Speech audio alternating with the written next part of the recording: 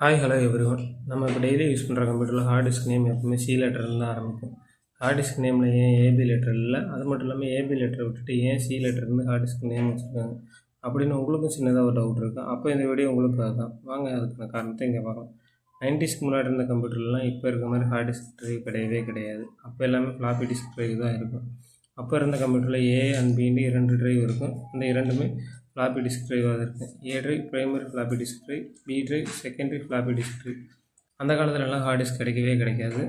அப்புறம் எல்லாமே floppy disk ட்ரைவில் இருந்ததால் ஏ அண்ட் பி லெட்டர் ரெண்டுமே ஃப்ளாப்பி டிஸ்க் ட்ரைவுக்கு ரிசர்வ் ஆயிடுச்சு. ஹார்ட் டிஸ்க் வந்ததுக்கப்புறம் ஹார்ட் டிஸ்கோட நேம் சி லெட்டர்னு தான் ஆரம்பிச்சிது. அது ஏன்னா ஏ அண்ட் பி லெட்டர் ஏற்கனவே ஃப்ளாப்பி டிஸ்க் ட்ரைவுக்கு ரிசர்வ் ஆகியிருந்தது.